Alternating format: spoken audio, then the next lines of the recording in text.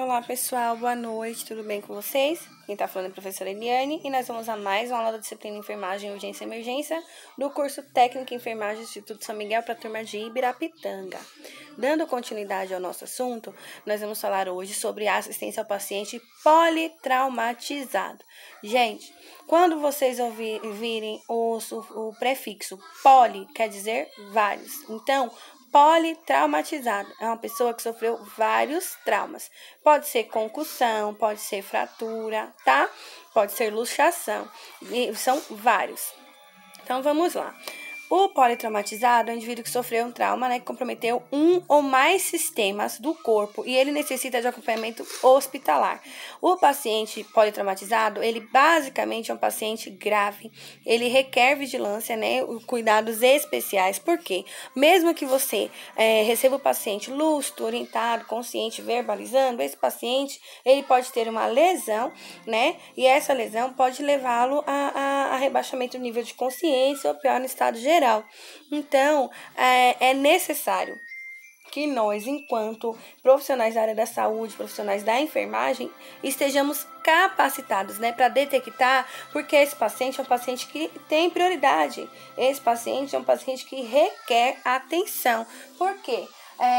A sua vida está em risco, independente do seu externo, porque esse paciente pode ter uma lesão interna, ou uma lesão cervical que pode comprometer aí a sua mobilidade e assim por diante.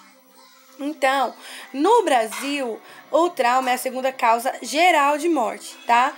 E abaixo dos 45 anos de idade, ela é a primeira causa de morte. E ela é responsável por 90 mil mortes por ano e por deixar cerca de 200 mil vítimas com sequelas, sejam elas leves ou graves, tá? Gente, o trauma mata mais que câncer e que doenças cardiovasculares. Então, e é algo muito constante. E nas grandes capitais, nas grandes metrópoles, por exemplo, existem estatísticas relacionadas a trauma e são gritantes. O trauma, ela é uma das causas mais frequentes de morte, E a assistência para esse paciente, ele tem que ser rápido. E o paciente, ele deve ser atendido, os ferimentos de cada paciente devem ser atendidos por ordem de importância. Para isso, a assistência de enfermagem tem que fazer uma avaliação rápida da vítima. É necessário autocontrole, Porque você tem que olhar, identificar e priorizar para prestar o atendimento. E tudo isso rápido, O transporte deve ser da forma adequada, com cuidados específicos e essenciais. Os cuidados no transporte fazem diferença entre uma lesão que pode ser reversível e um paciente que fique com uma sequela irreversível, por exemplo, uma paraplegia ou uma hemiplegia, que é apenas um lado, entendeu? Uma tetraplegia, que a tetraplegia é da cervical para baixo, compromete todo o corpo daquela vítima. Uma vítima que não é transportado de forma adequada e tem uma lesão, um trauma raquimedular, ele provavelmente vai ficar tetraplégico. E claro, estabelecer uma via aérea permeável para que a pessoa não morra por asfixia, por falta de ar, não tenha uma hipóxia. Ou uma falta de oxigenação cerebral, que vai deixar esse paciente com uma sequela ainda a nível de encéfalo, que pode ser algo terrível. A pessoa pode ficar em estado vegetativo. Continuando, a ventilação e oxigenação de acordo com o acesso, Monitorar os sinais vitais e, claro, se possível, traçado do eletrocardiograma.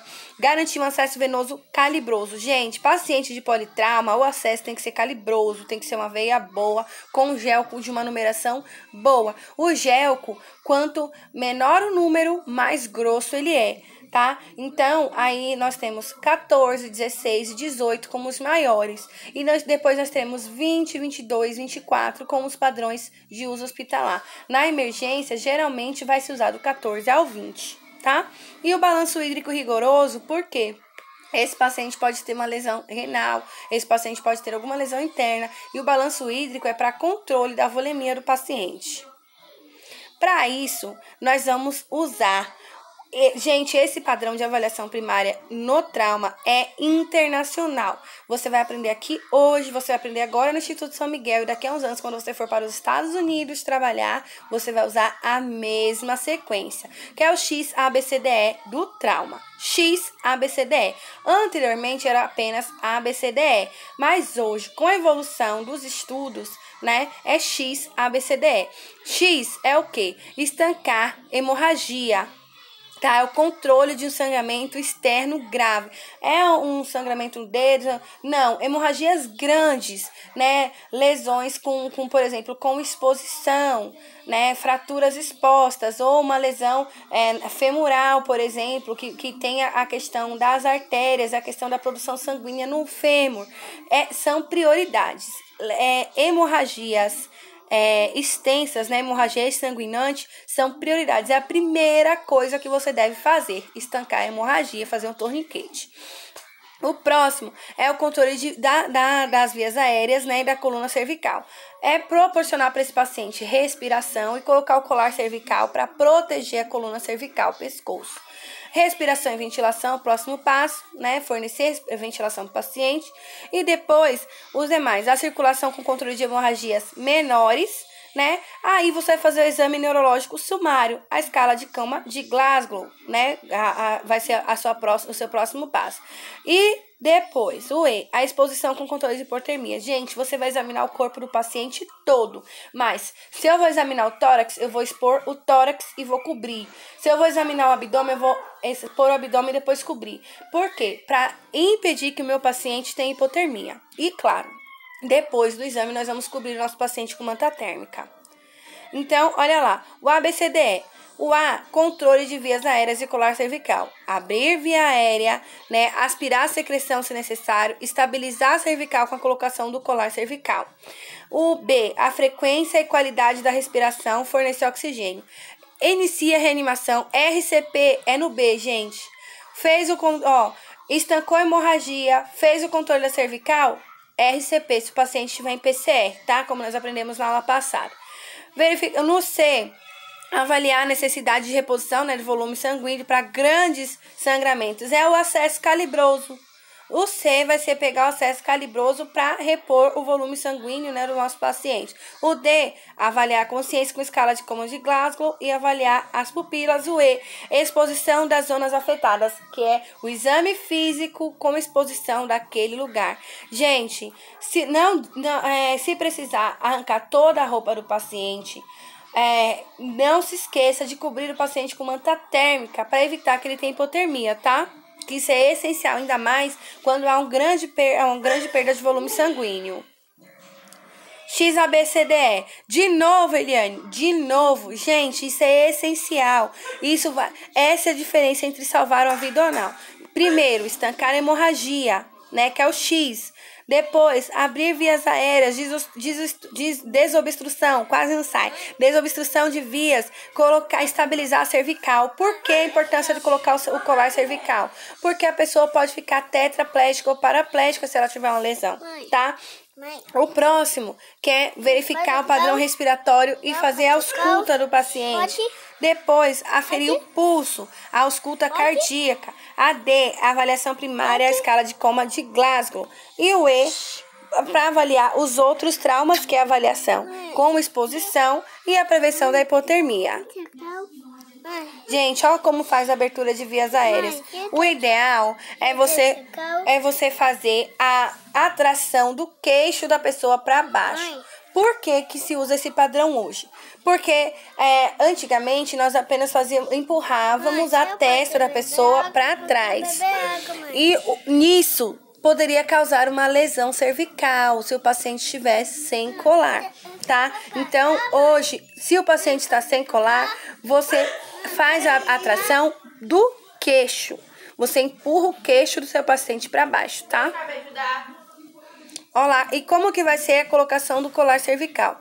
Primeiro, você vai medir com seus dedos o tamanho, se você vai usar um colar PNG, tá? Para colocar no paciente. Gente, passa por baixo. Outra coisa, quem segura a cabeça do paciente no resgate só vai soltar a cabeça depois que o paciente estiver na prancha e todo afivelado, tá? Quem segura a cabeça tem uma responsabilidade muito grande de não soltar e não mexer. Estão vendo que tem uma pessoa colocando o colar e tem uma outra segurando a cabeça? Ó a posição de segurar a cabeça. Você vai colocar o polegar atrás, os 3 dedos na têmpora, vai passar o dedo indicador e o mindinho por trás da orelha. Aí você vai apoiar a cabeça do paciente para a passagem do colar cervical. Próximo, escala de coma de Glasgow. A escala, gente, ela vai de 3 a 15. Sendo que, se o paciente der de 8 para baixo, ele está grave e precisa ser entubado. Então meu paciente 15, eu não preciso me preocupar. Fique atento, porque existem sinais como olho de guaxinim, sinal de Button, que são sinais de trauma crânioencefálico. Seu paciente pode evoluir com o rebaixamento do nível de consciência com o passar do tempo, tá? Como que vai ser a escala de coma de Glasgow? Você chegou, seu paciente está lá de olhos abertos, está falando, está se mexendo, ótimo. Ele é um 15 provavelmente. Agora você chegou, precisou chamar a pessoa não abrir os olhos com a sua voz, você precisou fazer uma sensação dolorosa, fique atento, tá? Porque aí ele já tá com score de 2. A pessoa não respondeu, tá com score de 1. Gente, uma pessoa com escala de coma de Glasgow 3 é gravíssimo, né? Com certeza de lesão encefálica grave, tá? Então, é importantíssimo fazer essa análise, inclusive para você passar a informação para o médico regulador e para o médico regulador saber para onde esse paciente vai. Gente, importantíssimo. Observe no estado neurológico as pupilas, o reflexo do paciente, o nível de consciência, sinais de choque. Nós teremos uma aula falando sobre os tipos de choque. Choque hipovolêmico é o que mais acontece no politrauma. Por quê? Hipovolêmico, a redução muito grande no volume sanguíneo, né? Causado pelas hemorragias e sangramentos. Observe vômitos em jato. Por quê? Porque elas podem te mostrar uma lesão cerebral. A nível de sistema cardiorrespiratório, temos que observar as lesões cefálicas, torácicas, abdominais, medula. Trauma raquimedular é extremamente incapacitante e pode levar à morte, tá? Vamos observar a dispneia, né, que é o desconforto respiratório, e a hemoptise, que é o sangue que vem dos pulmões, ou pneumotórax, que é quando o pulmão estende e não faz mais, não tem os movimentos respiratórios. Prepare o material, né, para intubação. Tem que sempre deixar material de drenagem, de intubação e de traqueostomia. Certinho, galerinha? E claro, gente, chama o SAMU. Viu um acidente, um politrauma? Talvez a sua intenção seja ótima, seja maravilhosa de salvar, mas se você não tiver um colar cervical, ao invés de salvar, você pode colocar em risco a vida do seu paciente. Então, em dúvida, chama o SAMU. E claro, politrauma, sempre chame o SAMU e aguarde o SAMU chegar para você prestar socorro. Certinho, galerinha? Continuamos na próxima aula. E dúvidas, meninas? Chama lá no chat que eu espero por vocês.